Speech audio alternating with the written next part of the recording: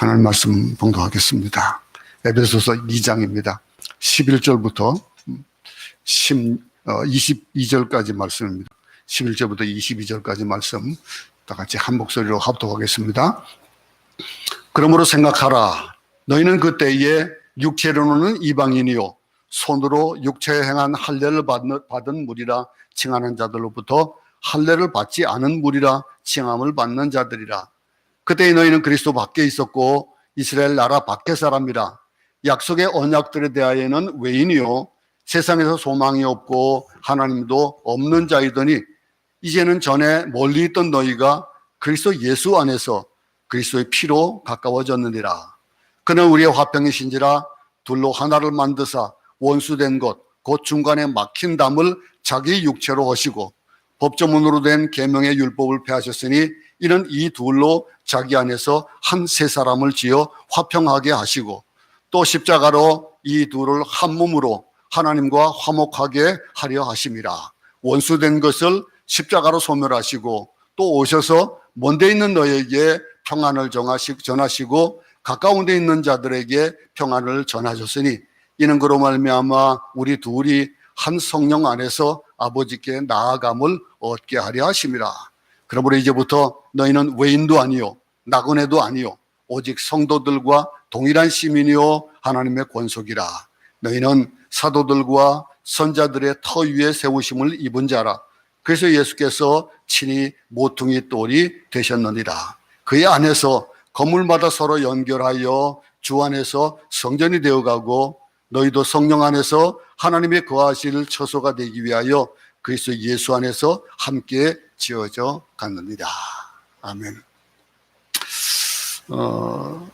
말씀을 나누기 전에 우리가 성경을 보는 그러한 성경을 읽을 때의 자세를 좀 생각해 봐야 될 것 같습니다. 제가 처음에 영어를 잘하지 못하고 영어를 배우고 그럴 때 처음에 제가 의문되는 것이 어디에서 끊고 어디에서 숨을 쉬냐라고 하는 거. 그게 참 굉장히 의심이 됐었어요. 그게 어디든지 그걸 물어보고 싶고 알고 싶은데 알려주는 게 없어요. 나중에 좀 어느 정도 되고 나니까 기준이 되고 나니까 이 문장이 얘기하는 것에 주어와 동사와 거기에 수식되어지는 것들을 보다 보니까 자연히 그냥 나도 모르게 끊어져요. 끊어지고 그 다음에 문장이 어떻게 이어지는지 어디에 숨을 쉬어야 되는지 알게 되는 거예요. 근데 우리가 한국말은 그렇게 생각하지 않아도 되잖아요. 그냥 우리가 이 말이 얘기하고자 하는 것의 의미를 보는 거예요. 성경도 보세요. 그러므로 하고 생각하라. 너희는 그때에 육체로는 이방인이요 손으로 육체에 행한 할례를 받은 무리라 칭하는 자들로부터 할례를 받지 않은 무리라 칭함을 받는 자들이라. 이렇게 끊어야 될 때가 있는 거예요. 이걸 성경을 이렇게 읽기 시작하면요 이해가 돼요. 이해가 잘 되는데 이렇게 읽지 않고 그냥 그러므로 생각하라. 너희는 그때 육체로는 이방인이요 손으로 육체에 행한 이렇게 읽어버리면은 안 와닿아요. 근데 성경을 읽을 때 항상 끊어서 읽는 그런 습관을 들일 수 있기 바랍니다. 오늘 우리가 오늘 제 제목을 이 집이 어떻게 지어지는가, 이 집이 어떻게 지어졌는가 그렇게 제가 제목을 잡았어요. 우리가 살아가면서 우리가 구원에 대한 걸 얘기할 때는 항상 구원은 어떻습니까? 나 하나예요. 나 하나를 생각하면서 이 놀라운 구원의 문제를 얘기할 때는 내 주위의 사람과는 아무 상관이 없는 거예요. 내 아내가 믿음이 좋고 내 남편이 믿음이 좋고 그런 것과는 상관이 없는 거예요. 내가 개인적으로 믿음을 갖느냐 안 갖느냐라고 하는 것을 따라가지고 구원이 있느냐 없느냐를 생각하기 때문에 이 구원은 전적으로 나 개인에게 달려 있는 거예요. 그런데 그렇게 생각을 하고 살잖아요. 그죠? 그래서 구원에 대한 거 내가 어떻게 하든지 내가 잘 살아야지 이 개인적인 문제로만 생각하다 보면은 오늘 이 본문 말씀을 볼 때에 그것이 내게 안 와닿을 수가 있어요. 근데 여기에 보면요 나 개인의 문제로만 생각하는데 실제로 하나님의 구원의 은혜를 깨닫고 맛보고 나게 되면은 그러고 나면은 이 구원이 나 개인의 문제가 아니라는 걸 알게 돼요. 나 개인의 문제가 아니고 연합되어져 가는 거, 하나가 되어져 가는 거, 이거 다른 믿음의 형제들과 그들과 만나가서 살다 보니까 그 문제가 내 문제가 되어지는 거예요. 보니까 생각도 안 했는데 믿음의 형제라고 생각하고 그 무리 가운데 공동체 안에 교회 안에 있는 그 무리들이 아파하면은 내가 아픈 거예요. 그리고 그들이 기뻐하면은 내가 괜히 기쁜 거예요. 그렇게 되어지는 것이 자연적으로 구원 이후에 우리에게 주어지는 것들이거든요.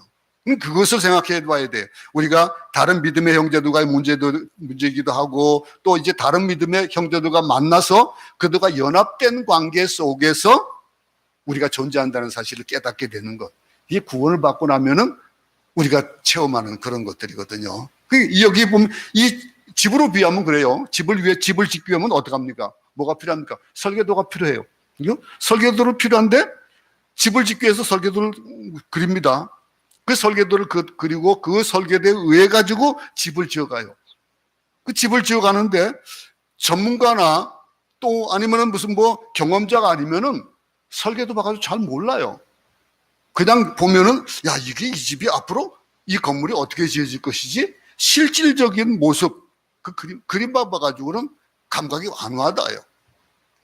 그런데 그래서 우리 건축을 하는 사람들이 가운데 하는 게 뭡니까? 조감도라는 걸 만들잖아요. 그죠? 조감도를 만들고 실질적으로 또 그 모형을 만들고 그러잖아요. 근데 이런 걸 보면은 아, 그렇구나라고 하는 거예요. 그런데 우리 이 구원의 문제는 그것과는 좀 달라요. 구원의 문제는 우리에게 설계도가 보여지는 것은 딱 이게 설계도라고 내놓는 게 아니고 성경 말씀을 보다 보니까 이것이 우리 구원의 문제가 이어져 나가는 그런 것들이 설계도가 보여지는데 그 보이는 설계도를 보면은 그림이 그려지는 거예요. 자연히 그려지는 거예요. 이 앞으로 지어질 집물에 대해서 전문가들이야 뭐 설계도만 봐도 그 집이 눈앞에 있는 것이나 빈도없죠. 우리 김 기자 같은 경우에는 설계도를 뭐 보면은 그냥 쫙 알잖아요. 보고 알고 어떻게 지어졌는지 알고 그렇기 때문에 그거 가지고 또 설계도를 또 만들고 그러잖아요. 어떤 몫으로 만들어야겠다 그러면은 그 만들어야겠다 하는 것 가지고 설계도가 딱 나와버리잖아요. 근데 우리는 아니잖아요. 우리는 잘 몰라요. 그런데 설계에 따라서 그 설계도를 믿고 그 설계 그대로 그 원리대로 집을 지으면은 문외한들조차도 그 지어놓은 거 보면은 정말 멋있는 집이 만들어지는 거예요.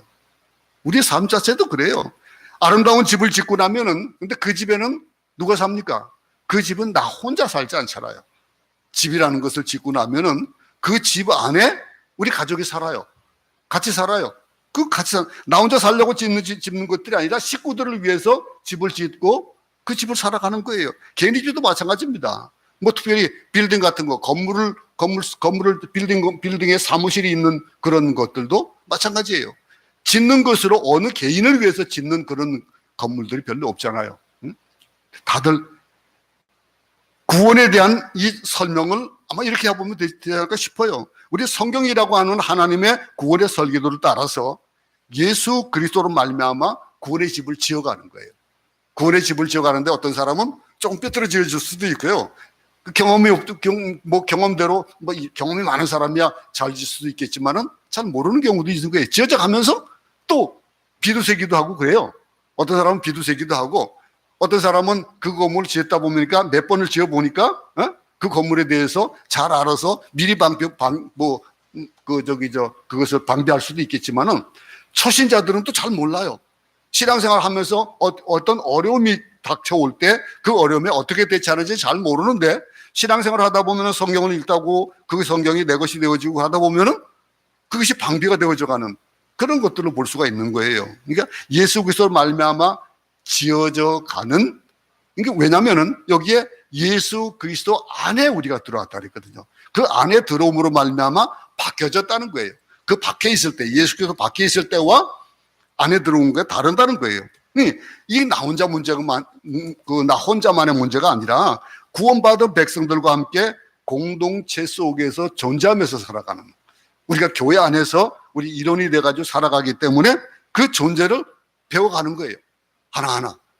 이걸 가르쳐서 우리가 그리스도 안에서 새 사회, 새 질서, 하나님의 나라 이렇게 표현하는 거예요.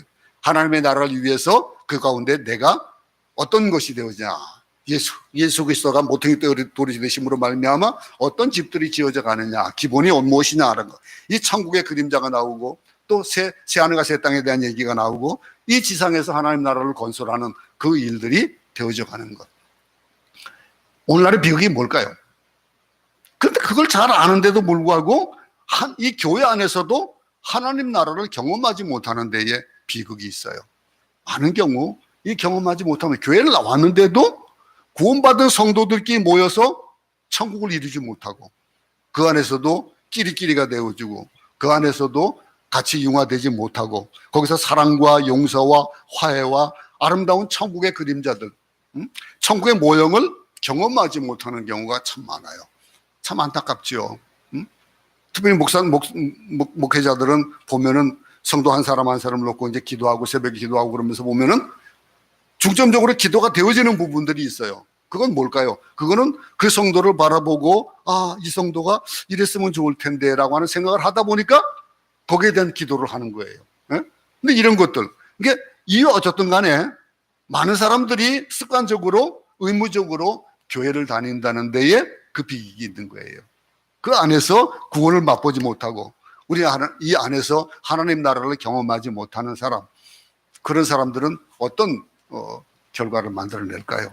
예수 믿는 사람끼리 만나가지고 정말 뜨거운 사랑을 경험하고 용서를 경험하고 평화를 경험해야 되는 거, 그게 바로 교회 아니겠어요? 우리 교회에서는 그런 은혜들을 많이 누리는 우리 모두가 될 수 있기를 바랍니다. 오늘 본문은요, 이런 내용을 전체적으로 설명하고 있는 거예요. 이 일들, 바울 사도가 구원을 종합적이고 입체적으로 설명하는 거예요. 이 구원에 대한 것을 설명하면서 이렇게 설명 안 해줘도 알만한 것이지만은 쉽게 설명을 해주고 있는데 어떤 단면이나 인면으로만 설명하지 않고 뚜리뚜리 전체적으로 설명해 주는 거예요. 앞뒤를 다 이 코끼리를 장님이 만지는 그런 얘기 이해할 수 있겠잖아요. 근데 그게 눈을 뜨고 보면은 다 보이는 거예요. 근데 그거를 눈을 뜨고 있는 사람을 장님으로 눈을 감고 있다고 생각하고라도 이렇게 설명해 주는 거. 이 설명을 위해서 어디에다가 초점을 맞추냐면 그리스도와 연합되기 전, 그리고 그리스도와 연합된 후, 이렇게 나눠서 그리스도와 연합된 다음 믿는 사람끼리 또 연합하는 단계, 이걸 오늘 본문에서 얘기해 주고 있는 거예요. 11절부터 22절의 말씀이 그런 겁니다. 이걸 설명하기 앞서서 그러면은 우리가 어떤 상태였는가에 대한 것들을 알아야 된다는 거죠. 연합해가고 하나로 지어져가는 예수 그리스도 안에서 하나가 되어져가는 그 일을 위해서 필히 알아야 될 게 뭐냐면 내가 어떤 상태였냐라고 하는 것, 아는 것이 중요하다는 거예요. 그걸 잘못 알고 되면은 나중에 것도 이해하지 못한다는 거예요. 그 연합되기 전에 우리 상태가 어땠냐라고 하는 것들을 오늘 이 본문에서 설명하는 거예요. 11절 보세요. 11절 한번 다 같이 한번 읽어보겠습니다. 시작. 그러므로 생각하라. 너희는 그때라고 했습니다. 육체로는 이방인이요 손으로 할례 행한 할례를 받은 무리라 칭하는 자들, 그들로부터 할례를 받지 않은 무리라 칭함을 받은 자들이다 그랬어요. 그러니까 할례 받은 선민 백성들은 우리는 선민이니까 할례를 받았다 이거예요. 할례를 받았다라고 하는 것으로 그걸 구원을 얘기하려고 하는 그들에게서는 직접적으로 너희는 할례 받지 못했다라고 하는 얘기를 받았다 이거예요. 그게 우리의 주소예요. 이 부분에 생각하면서 그러면서 뭐라고 얘기합니까? 생각하라. 11절에서 생각하라 그랬습니다. 이 생각하라, 이 말은 뭡니까? 기억하라, 회상하라, 또 과거를 돌이켜보라라는 얘기입니다. 여러분, 이 부분에 구원의 현재는 우리의 과거로부터 시작된다라고 하는 것을 알 수 있는 거예요.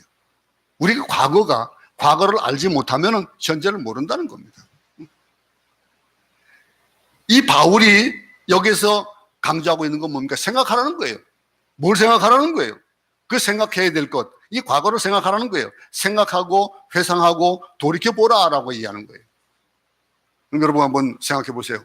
여러분들은 구원받기 전, 구원받고 나서 한번 어떻게 변화가 되어졌는지 한번 생각해 볼 수 있기 바랍니다.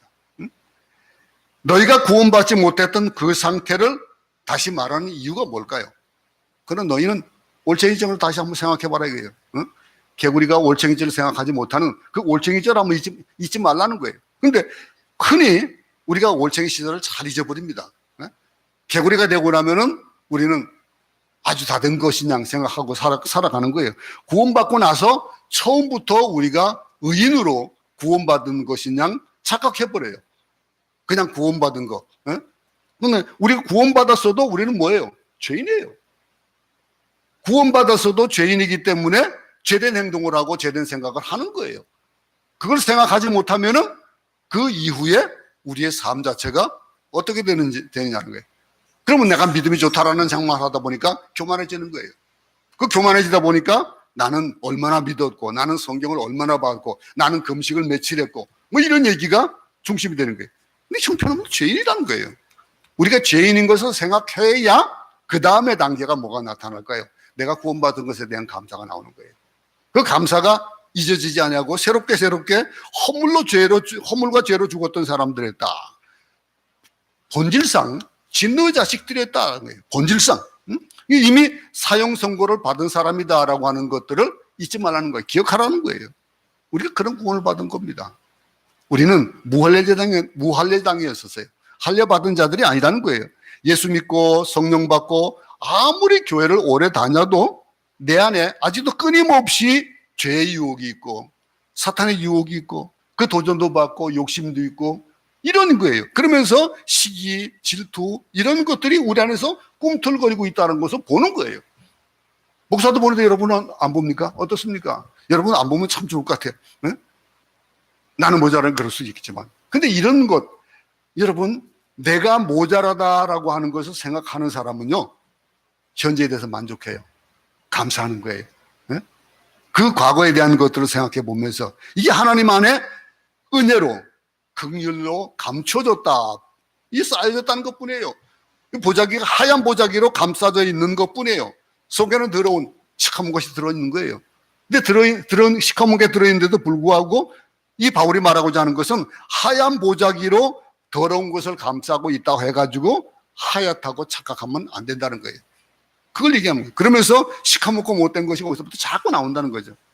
이게 나오니까 어떡합니까? 나오니까 회개할 수밖에 없는 거예요. 아이고 이러네요. 내가 그러면서 자꾸 변해 가는 거예요. 그리스도의 긍휼로 옷 입었기 때문에 그 은혜로 산 것이지 내가 잘나가지고 내가 어떤 구원받을 만한 그런 능력이 있어서 구원받은 게 아니라는 거예요. 거기서부터 구원의 감격이 나오고 기쁨이 나오고 완성이 되어져 가는 거예요. 그래서 감사하는 거예요. 여러분들 삶에 감사가 있습니까? 아니면 불평이 많습니까? 하루를 살다 보면은 아마 여러분들 저녁에 자기 전에 기도하고 그러면 기도할 때에 한번 생각해 볼 겁니다. 오늘 내가 얼마나 기쁨에 감격에 살았는가 아니면은 불평하고 불만 가지고 가운데 있었는가 생각해 볼 수 있는 거예요. 그것을 기억하라는 거예요. 그러니까 우리 인간이 허물과 죄로 죽었던 존재고 본질상 하나님의 하나님의 진노 가운데 있는 그 진노로 인해서 벌받을 수밖에 없는 그런 자들이었다. 종교적인 표현으로 하면은 개 같은 이방인이다 그랬어요. 그죠? 그 이방인을 취급하던 것. 하나님 없는 자고 하나님의 표를 받지 못한 무할례당에 속한 자들이다. 이걸 기억하라는 거예요. 날마다 우리의 존재 의미를 깨달을 수 있기 바랍니다. 그러므로 생각하라. 너희는 그때에 육체로 이방인이요 손으로 할례 행한 할례당이라 칭하는 자들에게 무할례당이라고 칭함을 받았던 자들이다. 우리의 본질, 우리의 죄성, 우리의 형편을 눈을 똑바로 뜨고 쳐다보고 생각하라는 거예요. 본인을 아는 거, 그것만큼 나 자신을 아는 거. 소크라테스 얘기 알잖아요, 그죠? 너 자신을 알라. 나를 알아야 돼요. 그래야지 모든 걸 이길 수 있는 거예요. 여러분, 이 개 같은 이방인이고 하나님 없는 자고 하나님의 약속의 표를 받지 못한 자라고 하는 이 모습이 어떤 상태라고 얘기하는 거예요? 그리스도와 떨어진 상태다 이렇게 표현하고 있는 거예요. 그리스도 밖에 있는 자. 12절에 보면은 너희는 그리스도 밖에 있었고 그랬잖아요. 그때에 이 그때라는 말이 언제예요? 무할례당이라 칭하는 그때다 이거예요. 예수 밖에 있었던 그 밖에 그리스도 밖에 있는 상태. 이스라엘 시민권에서 제외된, 다시 말해서 천국 시민권에서부터 제외된 상태였다라고 하는 것. 언약에 해당되지 않았던 시민이었고 메시아에 대한 소망도 미래의 비전도 아무것도 없었던 자들이다 이거예요. 그 이방이라는 거예요. 근데 아니, 한 번 구원받으면 됐지. 왜 자꾸 과거로 생각하라고 그러냐. 한번 왜 그랬는지 한번 생각해 보세요. 여러분 같으면은 어떻습니까? 아우, 나 옛날 생각하기도 싫어. 그렇죠. 그러나 그걸 보면서 반면교사 삼는 거예요. 그걸 모르면 나 자신을 몰라갖고 자꾸 교만해져 가는 거예요. 그래가지고 내가 행한 걸 그라고 생각하는 것이 하나님이 행한 것인데 그걸 몰라요. 내가 잘나서 한 건 줄 알고. 그러다 보니까 하나님께 감사도 없고, 그러다 보니까 불평이 나오는 거예요. 그게 제대로 안 되면은 불평이 되어지는 거예요. 자기 본질을 착각하고 망각하기 때문에 영적으로 교만해지고, 구원을 받았어도 자신의 처지와 입장을 잊은 채 하나님 앞에 망령된 행실을 한다. 그래서 바울은 그렇게 얘기하고 있는 거예요. 기억할 수 있기 바랍니다. 생각하는 자, 우리의 옛일을 생각할 수 있기 바랍니다. 또 한 가지 이제 생각해 볼 수 있는 것은, 현재 그럼 연합된 상태란 무엇을 얘기하느냐라고 하는 거예요. 어떻게 예수께 접붙임 되었고, 어떻게 구원받았고, 어떻게 연합한 상태가 되어졌느냐라고 하는 것을 오늘 13절에서 얘기해 주고 있습니다. 한번 읽어보겠습니다. 시작. 이제는 전에 멀리 있던 너희가 그리스도 예수 안에서 그리스도의 피로 가까워졌느니라 그랬습니다. 예수 안에서 이루어졌다, 이렇게 성경은 말하고 있습니다. 이 예수 안에서. 전에는 멀리 있던 너희가 그리스도 예수 안에서 가까워졌다, 이렇게 얘기를 하고 있는 겁니다. 예수는 단순한 그런 한 인간이 아니라 인간의 몸을 입고 오신 하나님 자신입니다. 예수님 안에서 하나님은 놀라운 구원의 계획과 성취를 이루어나가시는 것들을 보라 이거죠. 그게 나에게 해당되어지는, 여러분 개인에게 해당되는 그 그리스도의 여러분, 어떻게 되어진 것을 얘기하는 겁니까? 그의 피로 이루어졌다라고 하고 있습니다. 그의 피로 이루어지는 거예요. 이제는 그리스도 안에서 그리스도의 피로 가까워졌느니라 라고 하고 있는 거예요. 우리의 죄를 씻어줄 뿐 아니라 내 죄를 씻어주시고, 그리고 오고 오는 많은 세대에게, 예수 그리스도의 이름을 부르는 많은 세대들에게 이 모든 죄가 씻기는 그런 놀라운 은혜가 있다. 그 역사를 주관한다라고 하는 거예요. 그럼 연합하는 것, 연합에 어떤 게 있어요? 두 가지가 연합이 있습니다. 요약하면은 구원이라고 하는 것은, 그거는 연합이라고 하는 것은, 그거는 예수 안에서 그리스도의 피를 통해서 이루어지는 것이다, 이렇게 얘기하고 있는 겁니다. 그거는 어떤 다른 조건 가지고 다른 어떤 것으로 되어지는 것이 아니라는 거예요. 이 첫째는 예수 그리스도의 연합되기 이전의 상태를 설명했습니다. 그리고 두 번째는 연합되는 과정을 설명을 했습니다. 근데 세 번째는 연합된 사람들은 그런 어떤 모습으로 나타나냐 이거예요. 그게 이어지는 14절 말씀입니다. 한번 읽어보겠습니다. 시작. 그는 우리의 화평이신지라 둘로 하나를 만드사 원수된 것 곧 중간에 막힌 담을 자기 육체로 허시고 그랬습니다. 이 구원받은 이후에, 연합된 이후의 모습입니다. 연합이라고 하는 것은 그리스도와 나와 연합이 되어지는 거예요. 하나가 되어지는 거예요. 그리스도가 따르고 내가 따로 있던 때와, 그리고 나서 그리스도에 연합되는 때가 어느 된 거예요. 근데 에베소를 공부하면서 우리는요, 이 사도 바울이 은혜와 평강이 내게 있을지어다라고 하는 얘기를 많이 볼 거예요. 에베소 공부는 아니고 바울 소식 가운데 그것 얼마나 많은 부분들이 차지하고 있습니까? 여기에 은혜는 구원의 시작입니다. 구원은 은혜로 말미암았다라고 하는 것. 그리고 구원받은 사람의 결국은 뭡니까? 구원받았다고 하는 사람의 증거가 뭡니까? 하나님과의 평화를 이룰 뿐 아니라 우리 마음속에 근본적인 평화가 있다라고 하는 것. 근본적인 평강이 있다라고 하는 것. 그게 예수님 평화의 주인이잖아요. 평화로 오신 분이잖아요. 그러니 예수님이 가시는 곳마다 평화가 생기고, 예수님이 가시는 곳마다 화해의 역사가 일어나는 것. 그러면 우리는 예수 안에 있는 자들이니까 우리를 통해서도 그 모든 것들이 그렇게 나타나야 된다는 거예요. 둘 사이에 막힌 담을 허신 예수 그리스도의 피로 허무셨다. 이게 성경 그렇게 얘기합니다. 이 둘 사이에 막힌 담에 대한 것들은 여러 이제 주석적 학자들이 얘기합니다만, 성막 안에서 이방인과 유대인들을 나눕니다. 성막 안에서도. 그리고 나눴던 그 담. 그리고 유대인과 이방인과 함께 나눴던 그것. 또 성소하고 지성소 사이에, 지성소에는 대제사장만 들어가고 성소에는 일반인도 들어가고 그랬던 거예요. 그것을 막았던 담. 그렇게 또 주석가들이 얘기한. 그런데 그런 속에서 이 일에 대해서 랍비들이 가지고 있었던 율법과 또 율법의 노예 상태에서 있었던 우리와 그 담, 이런 것들을 담으로 얘기를 하는데, 어쨌든 이 모든 것들이 뭐라 그랬습니까? 다 흘렸다 이거죠. 다 흘리고 하나가 되었다라고 하는 거예요. 응? 대제사장만 하나님 앞에 나아가는 것이 아니고 우리가 제사장이 되었다 그랬잖아요. 응? 그렇게 우리 시대가 어떤 시대입니까?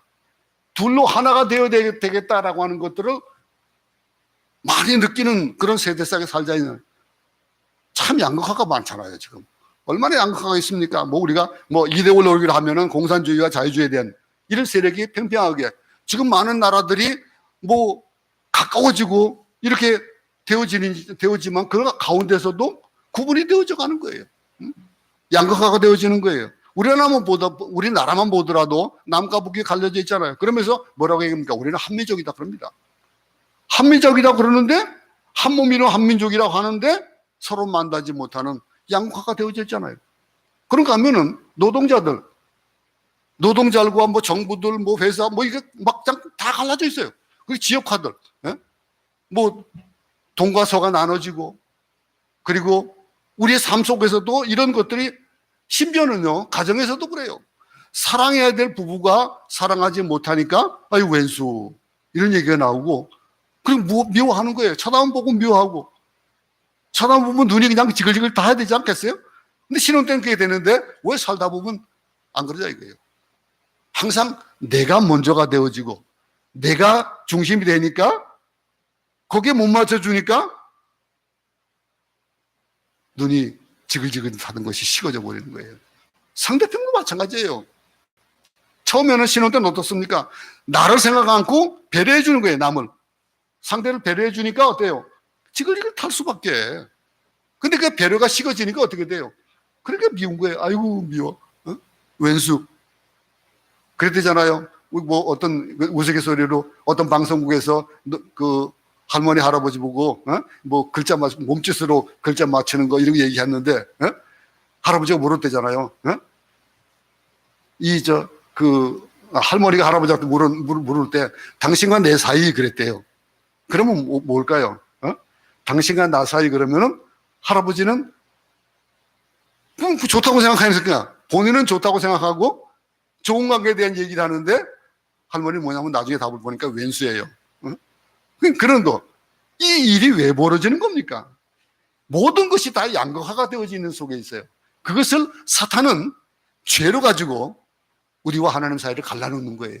이 양극화, 예수 그리스도의 보혈이 하늘과 땅에 막힌 것을 헐어보시는 성전의 이 휘장을 찢어버리시는 그런 막힌 것을 헐어버리시는 너와 나 사이에 막힌 담, 우리 사이에서 막힌 담 이런 양극화된 것들을 갈라주는 것은 뭐예요? 예수 그리스도의 보혈의 피뿌리다 이거예요. 이 말씀을 믿는 거. 우리에게 필요한 것은 예수 그리스도 그분의 보혈입니다. 여러분들 가정 안에 예수님이 계십니까? 여러분들의 마음 안에 예수님이 있습니까? 예수님이 내 안에 계실 때 이런 극단적인 양극화의 문제가 해결되는 거예요. 그냥 남들이 보면은 사랑스러워지는 거고요. 그렇게 되어지는 거예요. 지난번에 언제 한번 말씀드렸지만 여러분 운전하다 보면은 양보해야 될 일이 많잖아요. 근데 양보라고 하면 어떻습니까? 마음이 괜히 좋아요. 그죠? 내가 무슨 뭐나 한 것 같고. 그건 당연히 해야 되는데도 불구하고 그런 거예요. 근데 만약에 양보를 안 한다. 그러면 상대편이 좀 양보를 좀 해줬으면 좋겠는데 안 하면 어떡합니까? 미워지는 거예요. 이런 일들, 이 일들. 예수님이 내 안에 계실 때는 그게 가능해요. 제가 교회차를 몰고 다니면 참 조심스럽습니다. 왜냐하면 교회차에 써 있으니까 남들이 보면은 저 교회차 다니고 무슨 교통법규도 안 지키고 이런 얘기 듣기가 싫어가지고 조심하는 편. 그래서 조심해도 어떨 때는 욕먹을 만한 짓을 하지 안 할 수 있겠어요. 근데 우리가 보면서 이 예수가 내 안에 있는 사람은 항상 내가 비춰지는 것이 아니고 예수가 비춰지고 그 예수가 욕먹지 않게 해야 된다라고 하는 겁니다. 또 두 번째로 연합된 상태에서 보여지는 것은 뭘까요? 인간과 인간 사이에 화해가 이루어지는 거예요. 이런 극단적인 양화가 해결되는 예수 그리스도의 보혈의 피, 그거는 인간들 사이에서 화해가 되어진다는 거예요. 이 15절에 보면요, 원수된 것, 곧 의문에 속한 계명의 율법을 자기 육체로 폐하셨다 그랬습니다. 이 일, 예수님께서 율법 자체를 부인하거나 율법 자체를 폐기시킨 건 아니잖아요. 근데 그 안에서 율법 때문에 생긴 장애물을 제거함으로써 율법도 살고 모든 장애물을 제거함으로써 하나님 앞에 나아갈 수 있는 길도 열어주시는 그런 일들. 결국 그로 말미암아 새 사람을 지으시고 유대인과 이방인의 사이도 화해가 이루어지고 인간과 인간 사이 예수 그리스도의 사랑이 있고 내가 구원받은 존재, 내가 옛날에 어떤 존재였고 지금이 어떤 존재라는 것이 구분이 되어지면은 내가 구분 지었던 것, 가로막았던 것들을 헐고 하나가 될 수 있다는 거예요. 하나가 되어져 가는 거예요. 우리 뭐 교회 건물도 교회 조직도 이런 프로그램도 그것을 어떻게 그렇게 만들 수 있는 부분이 없는 건 아니에요. 아무리 화해의 그런 프로그램을 해도 안 돼요. 내가 예수가 내 안에 계시고 예수께서 나를 사랑하신 그 용서하신 그 용서함 그것이 기억되어지고 생각되어질 때에 그때에 형제가 용서가 되어지고 사랑하게 되고 그렇게 되는 거거든요. 우리 뭐 큰 집에 살면서 날마다 싸우면 무슨 성이 있냐라고 하는 그 자문의 말씀 약하지. 고기 먹고 살찌면서 살면서 싸우는 것보다도 채소 먹고 그냥 초가집에 사는 것이 낫다. 이 자문쌤 말하고 있잖아요. 큰 집을 지어놓고 그 싸우는 것보다도 남의 집을 빌려 살면서라도 그 안에서 사랑하는 것. 이게 교회의 참된 모습 아니냐 이거죠. 또한 이 세 번째는 인간과 하나님 사이의 화해를 또 이루어줍니다. 인간과 인간 사이를 화해도 이루어주지만은 한 인간과 하나님의 사이를 화해를 이루어주는 거예요. 16절에 보면 16절 한번 읽어보겠습니다. 16절 보면 또 십자가로 이 둘을 한 몸으로 하나님과 화목하게 하려 하심이라. 원수된 것을 십자가로 소멸하시고 그랬습니다. 이 십자가라고 하는 것 하나님과 인간의 화해의 그런 장소입니다.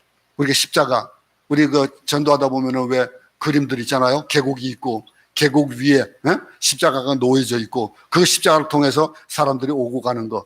그 그림의 한쪽 편은 하나님이고 한쪽은 사람이고 하나님과의 관계를 이어주는 십자가, 화해되지 않는 것, 분리된 것, 반목 상태 그것을 십자가로 멀리 있는 자나 또는 이방인까지도 평화를 가까이 있는 그런 유대인에게도 평화를 이런 얘기들 가까이 있는 자에게 평화를 멀리 있는 자에게 평화를 이렇게 얘기하지 않습니까?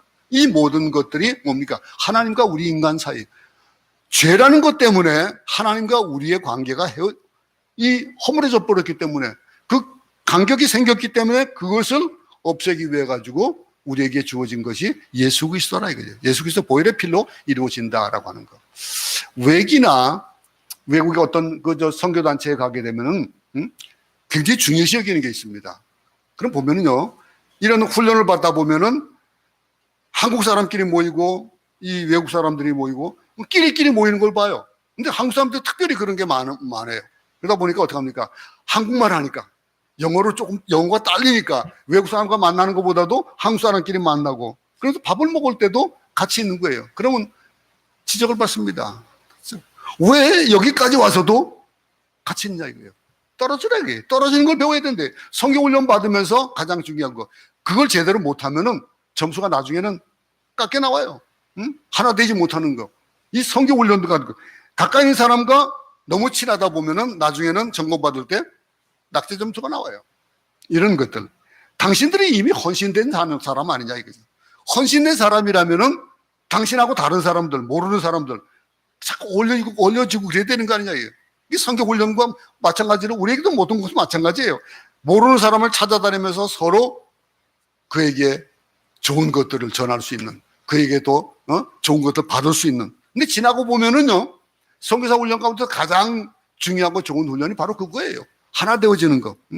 친한 사람끼리 잘 놀고 잘 어울립니다. 코드가 맞으면 잘 놀아요. 그런데 팔은 안으로 굽게 돼 있거든요. 그러면서 친하지 않은 사람은 어딘가 서먹서먹하는 거예요. 이런 것들도 교회 안에서 특별히 자꾸 우리 이제 보면은 교회 안에서 실족하는 이유 중에 한 가지를 설명하는 것들이 뭐가 있습니까? 교회를 들어가니까 나를 반겨주지 않더라는 거예요. 내가 그들하고 함께 되기가 참 힘들더라는 거예요. 그것이 문제가 되어지잖아요. 그러니 가까이 있는 사람이나 멀리 있는 사람이나 다 그리스도 이름으로 하나가 되는 역사. 바로 이 십자가 역사고 유대인도 이방인도 이 복음의 축제 속에 다 들어온다라고 하는 얘기가 바로 이 말씀이에요. 여러분, 예수께서 부활하셨습니다. 그리고 제자들에게 첫 번째 주신 말씀이 뭡니까? 예? 너에게 평강이 있을지어다 그랬잖아요. 예? 너희들에게 평강이 있을지어다라고 말하는 먼저 그 본문의 그 말이 뭘까요? 응? Peace be with you라고 하는 그 얘기가 뭘까요? 평강이라는 것, 응?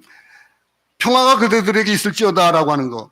우리 고린도후서 말씀 한번 보겠습니다. 고린도후서 5장 17절부터 21절을 다 같이 한 목소리로 합독하겠습니다. 17절부터 5장 17절부터 21절까지입니다. 시작. 그런즉 누구든지 그리스도 안에 있으면 새로운 피조물이라. 이전 것은 지나갔으니 보라 새 것이 되었도다. 모든 것이 하나님께로서 났으며 그가 그리스도로 말미암아 우리를 자기와 화목하게 하시고 또 우리에게 화목하게 하는 직분을 주셨으니 곧 하나님께서 그리스도 안에 계시사 세상을 자기와 화목하게 하시며 그들의 죄를 그들에게 돌리지 아니하시고 화목하게 하는 말씀을 우리에게 부탁하셨느니라. 그러므로 우리가 그리스도를 대신하여 사신이 되어 하나님이 우리를 통하여 너희를 권면하시는 것 같이 그리스도를 대신하여 간청하노니 너희는 하나님과 화목하라. 하나님이 죄를 알지도 못하신 이를 우리를 대신하여 죄로 삼으신 것은 우리로 하여금 그 안에서 하나님의 의가 되게 하려 함이라. 그리스도 안에 새로운 피조물이라고 하는 메시지 다음에 우리에게 주어진 말씀이 뭡니까? 우리에게 화목하는 직분을 주셨다 그랬습니다. 그게 우리가 세상 가운데서 우리에게 주어진 직분이라는 거예요. 그 직분을 갖고 이 얘기는 무슨 우리가 이 마태복음에 나오는 7째 그 복 있는 자는 뭐 하는 자입니까? 화평케 하는 자예요. 화평케 하는 자는 뭐냐면요, 대적해서 싸우는 것이 아니에요. 대적해서 싸우는 자들의 중간에서 그들을 화해시키는 역할을 하는 거예요. 그게 화평케 하는 거예요. 여러분들, 나는 누굴까 한번 생각해 보세요. 나는 어떤 사람일까? 나는 어디에 가서 문제를 일으키는 트러블 메이커인가? 아니면 피스 메이커인가? 이런 얘기 많이 하잖아요. 그죠? 나는 누구냐? 어떤 사람 보면은 저 사람은 가면은 평화가 있고 화평이 있는 사람이 있어요. 근데 어떤 사람은 그 사람만 가면은 문제가 생기는 사람들도 있어요. 오늘 여기에 우리에게 주어진 건 뭐라는 거예요? 화해시켜주는 사람이라는 그 책임을 우리에게 주셨다라고 하는 겁니다. 그러면서 함께 지어져가는 그리스도의 몸이 어떤 것이냐라고 하는 이 결론. 우리 구원받은 성도는 혼자 사는 사람이 아니라는 거예요. 이 세상을 살아가면서 그리스도 하나 되고 또 아버지와 한 식구가 되는 것. 그러니까 외국인이나 뭐 손님이나 그런 것들이 아니고 성도들과 동일한, 다시 말하면 천국 시민이고 그리고 가족이 된 그 구원받은 성도들. 평생 동안 교회 다니면서 손님처럼 사는 사람들이 있어요. 신앙생활 하면서 손님처럼 다니는 사람들 참 많아요. 큰 교회 가면은 뒤에 앉았다가 나가는 사람들 참 많아요. 왜 이 대형 교회를 찾습니까? 그러면 하는 얘기가 편해서 가면은 이 개척교회 가면은 어디서 왔습니까? 뭐 합니까? 막 꼬치꼬치 깨물고 그러니까 그게 싫어가지고 큰 교회 간다는 사람이 참 많아요. 근데 그렇게 사는 사람이 있어요. 손님처럼 다니는 사람. 평생 동안 내가 주인이 못 되어본 성도들이 참 많대요. 그 교회의 주인이 되어져야 되는데 주인이 되지 못하고 맨날 손님이 되는 사람들. 그런 사람들은 이 결정적인 문제가 뭘까요? 구원을 받았으면은 손님이 아니고 주인인데 그냥 외국인이 아닌 내국인인데 우리를 보면 뭔가 불안해하는 그런 것들이 뭘까요? 그게 바로 스스로 만족하지 못하고 스스로 사람들 구원받기 바라는데 천국 가기가 참 미안해서 그런 사람 얘기하는 사람도 있는데 우리가 살아가면서 어떨까요? 내가 누구라는 존재, 어떤 존재인가 알게 되면은 그러면은 그 존재에 대한 것들을 알게 되면은 그 다음에 내가 뭘 해야 되는지, 내가 하나님 앞에서 이 하나가 되어져 나가는 것이 무엇인지를 깨달아 알게 되는 거예요. 우리 이어서 21절부터 21절 한번 다시 한번 읽어보겠습니다. 시작. 그의 안에서 건물마다 서로 연결하여 주 안에서 성전이 되어가고 너희도 성령 안에서 하나님이 거하실 처소가 되기 위하여 그리스도 예수 안에서 함께 지어져 가느니라. 우리는 혼자 일하는 사람들이 아닙니다.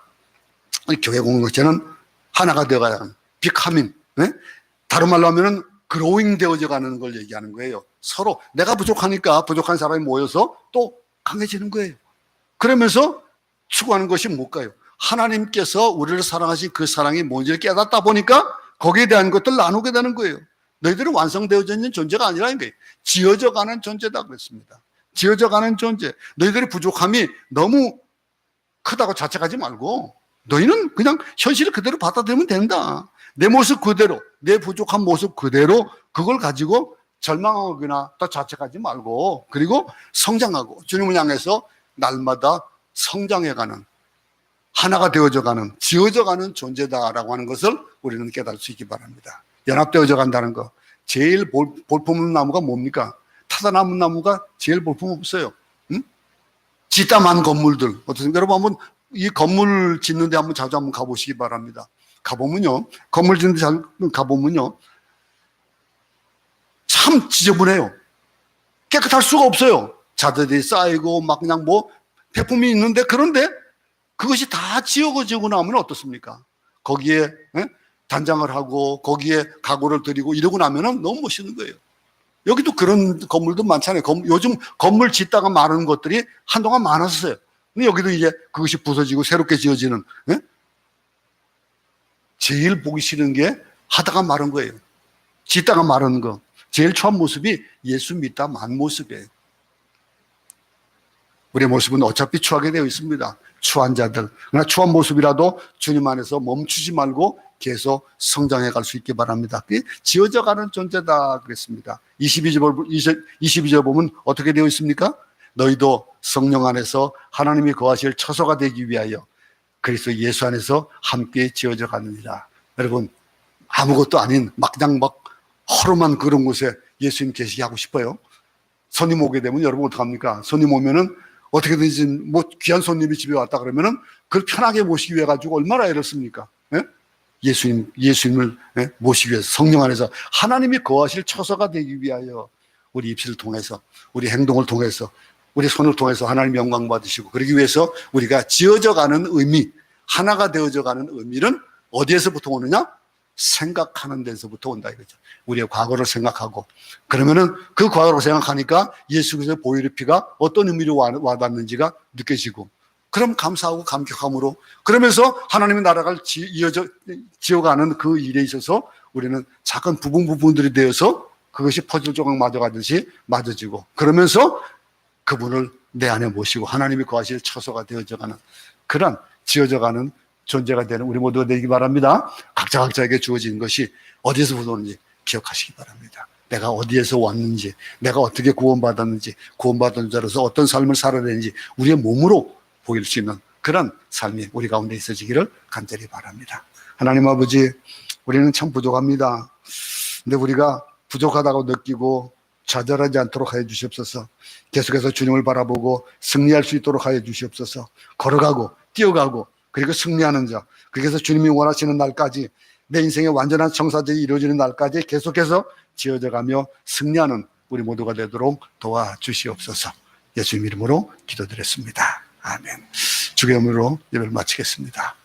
하늘에 계신 우리 아버지여, 이름이 거룩히 여김을 받으시오며 나라에 임하옵시며 뜻이 하늘에서 이룬 것 같이 땅에서도 이루어지이다. 오늘 우리에게 일용할 양식을 주옵시고, 우리가 우리에게 죄진 자를 사하여 준 것 같이 우리 죄를 사하여 주옵시고, 우리를 시험에 들게 하지 마옵시며 다만 악에서 구하옵소서. 나라와 권세와 영광이 아버지께 영원히 있사옵나이다. 아멘. 예배를 마쳤습니다.